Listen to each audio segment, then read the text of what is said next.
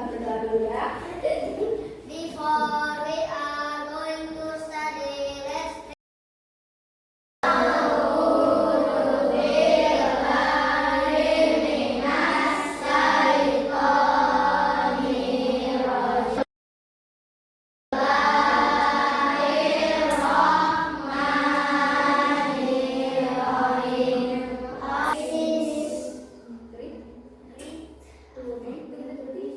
read to the teacher. Assalamualaikum warahmatullahi wabarakatuh. Waalaikumsalam warahmatullahi wabarakatuh. Terima kasih Anda. Nah, setelah berdoa, marilah kita menyanyikan sebuah lagu ya, lagu yang berjudul Hari Merdeka yang bertepatan dengan bulan Agustus ini.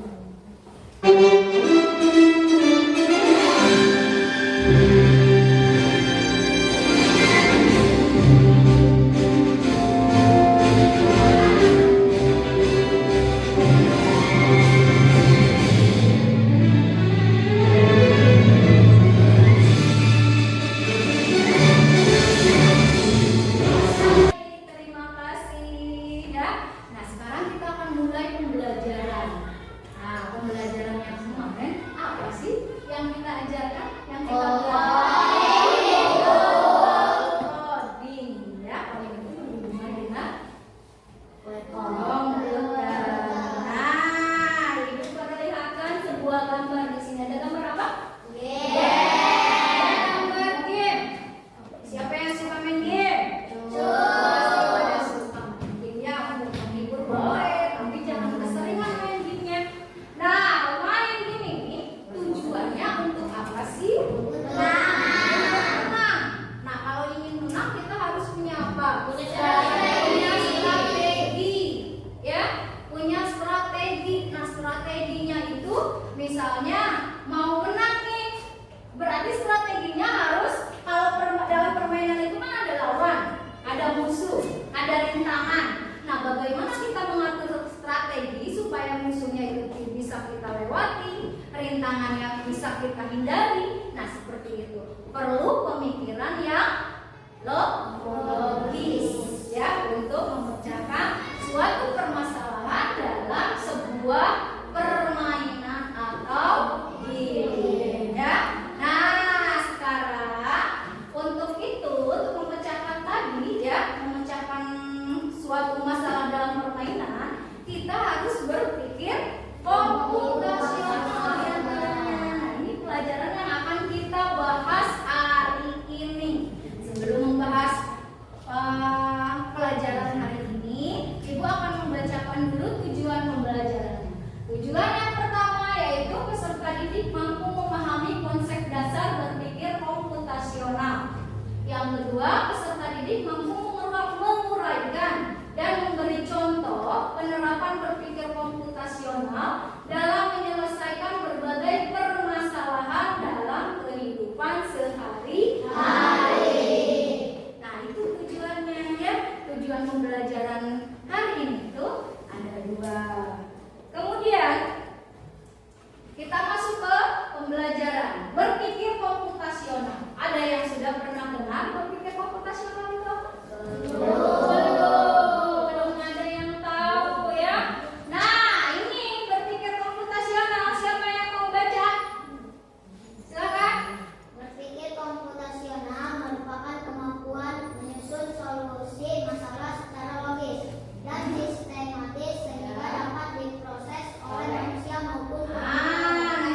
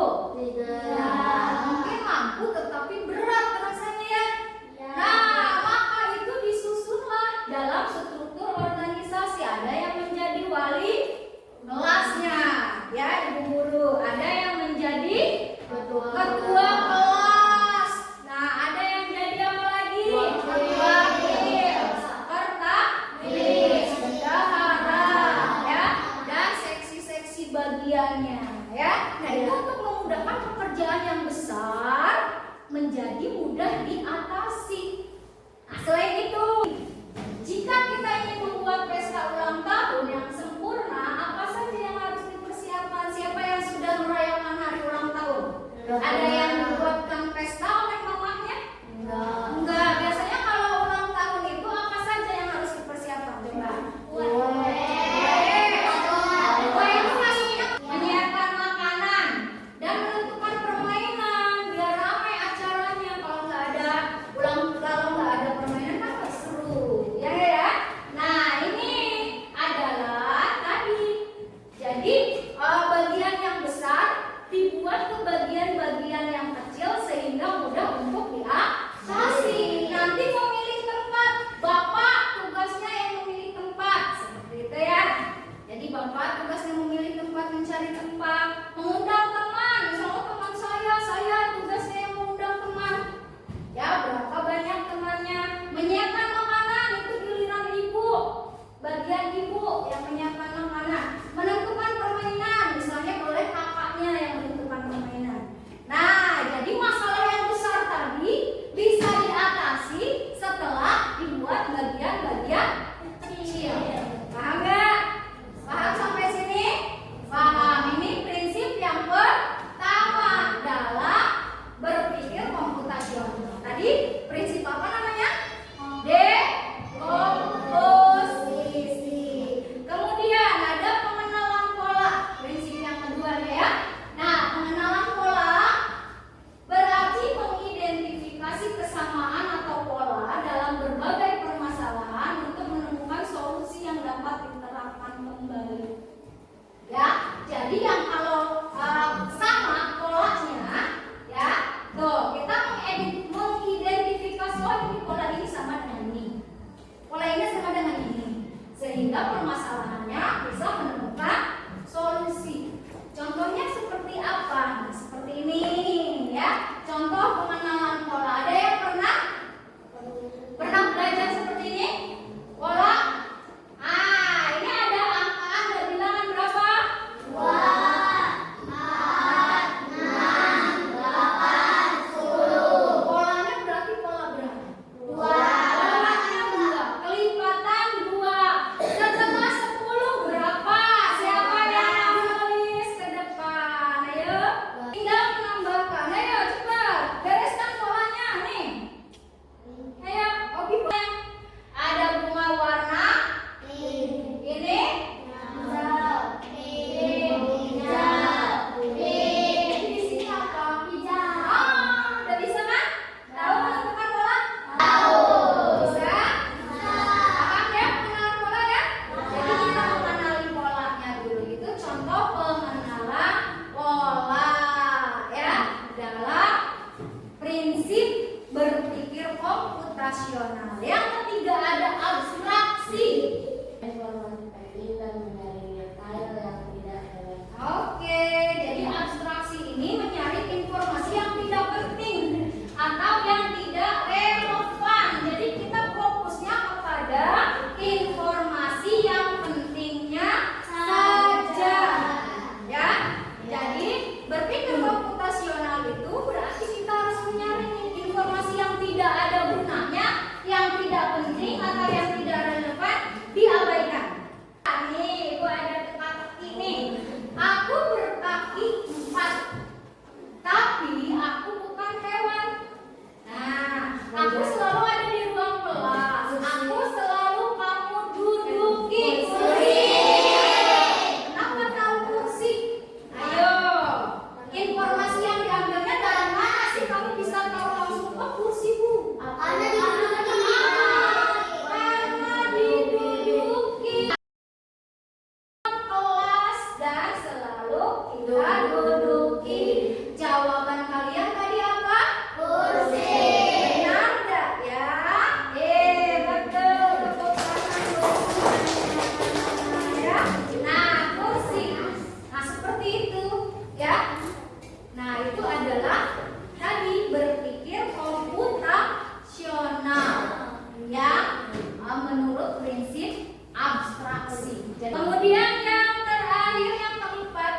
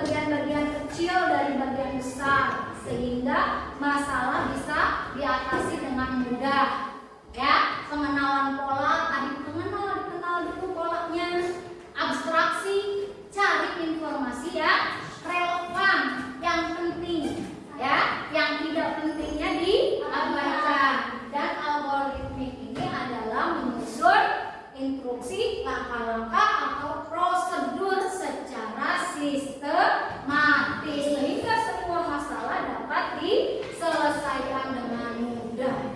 Sudah paham? Tentang berpikir komputasional? Sudah. Nah, untuk untuk pemahamannya lebih kuat lagi, Ibu akan menyajikan atau menayangkan sebuah video. Kita simak bareng-bareng ya. Simak ya, biar kalian. Pengenalan computational thinking. Hai teman kece, coba tebak apa artinya computational thinking atau berpikir komputasional? Adakah yang bermata jeli dan melihat kata rasional adalah proses berpikir untuk menyelesaikan masalah dengan efektif dan efisien? Dalam ilmu komputer, proses berpikir ini dilakukan sebelum mulai menulis coding atau pemrograman. Jika sudah direncanakan dengan baik, maka coding yang ditulis akan sesuai dengan kebutuhan dan dapat diselesaikan dengan cepat dan tepat. Tapi ternyata berpikir komputasional juga bisa dilakukan tanpa komputer dan tanpa internet loh. Malah sebenarnya kita pun sudah menerapkannya dalam kehidupan sehari-hari. Mulai dari menggosok gigi, mencatat tugasan pelajaran, hingga menyiapkan tas untuk sekolah besok. Wah, kalau kita sudah bisa menerapkannya setiap hari, berarti kita semua sudah mahir dong. Belum tentu. Contoh-contoh tadi kan menerapkan berpikir komputasional pada masalah yang sederhana. Masih banyak nih masalah yang lebih kompleks, seperti misalnya mengatur keuangan bulanan, apa yang harus dilakukan kalau kamu tersesat di tempat baru, hingga memilih jurusan dan karir. Lalu yang lebih penting lagi, ketika kamu dewasa nanti, kamu akan menghadapi era industri 4 dan bahkan 5. Di sini kamu perlu kecepatan untuk memanfaatkan dunia digital, mulai dari mencari dan memilah informasi yang kamu perlukan, hingga menggunakan informasi itu untuk membuat keputusan penting dalam hidupmu. Menghadapi masalah kompleks kehidupan di masa sekarang dan masa depan ini mirip seperti merencanakan coding yang sudah dibahas sebelumnya. Kuncinya adalah memahami masalah dengan tuntas dan mencari cara menyelesaikan yang efektif dan efisien. Nah, kalau begitu, bagaimana agar kita bisa berpikir komputasional? Sekarang kita bahas ya 4 landasan dari berpikir komputasional. Yang pertama, dekomposisi. Dekomposisi artinya membagi masalah kompleks ke bagian yang lebih kecil agar mudah diselesaikan. Misalnya, kamu ditunjuk jadi ketua panitia lomba 17-an. Maka, untuk memudahkan pelaksanaan, kamu bisa menunjuk panitia bagian acara, konsumsi, publikasi, keamanan, dan lainnya. Yang kedua, pengenalan pola. Artinya mencari kesamaan dan pola di antara bagian-bagian masalah kompleks yang sudah dipecah. Misalnya, kamu hendak melipat dan menyimpan jemuran di rumah, maka kamu perlu bisa mengenali jemuran milik ayah, ibu, dan kopi. Lalu kamu harus buru-buru karena ibu sudah mau memasak dengan minyak goreng itu. Nah, kalau seperti ini, satu cara yang efisien misalnya mulai dengan mengambil barang yang paling dekat dari pintu masuk hingga terakhir yang paling dekat dengan kasir. Nah, itu dia 4 landasan berpikir komputasional yang perlu diterapkan untuk memecahkan masalah yang kompleks. Lalu berikutnya, apakah ada cara untuk mengasah kemampuan berpikir komputasional? Tentu ada. Selain bisa coba kamu terapkan ke masalah sehari-harimu, kamu bisa juga latihan soal untuk mengasahnya. Misalnya, gurumu akan memberikan soal-soal computational thinking di mata pelajaran matematika, bahasa Indonesia, dan IPAS dalam kurikulum mereka. Selain itu, kamu bisa ikut tantangan bebas Indonesia juga. Yuk coba simak satu contoh soal computational thinking. Dalam BIS studi wisata, ada 3 kelompok anak yang akan diarahkan ke 3 tujuan berbeda. BIS berarti pertama di restoran, lalu hotel, dan terakhir di museum. Hanya ada 1 tempat penyimpanan koper di samping BIS yang hanya bisa dibuka dari 1 pintu. Sopir BIS ingin mengatur koper-koper penumpang hingga mudah dikeluarkan. Bantu supir BIS menentukan urutan memasukkan koper-koper itu ke dalam tempat penyimpanan. Pertanyaan, koper kelompok anak yang mana yang dimasukkan terakhir? A. Anak yang ingin pergi ke museum. B. Anak yang ingin pergi ke restoran. C. Anak yang ingin pergi boleh. Soal ini diadaptasi dari challenge.bebas.org. Kalau kamu tahu, coba ya dijawab di kolom. Yang mana coba sebelum lanjut yang mana tadi jawabannya?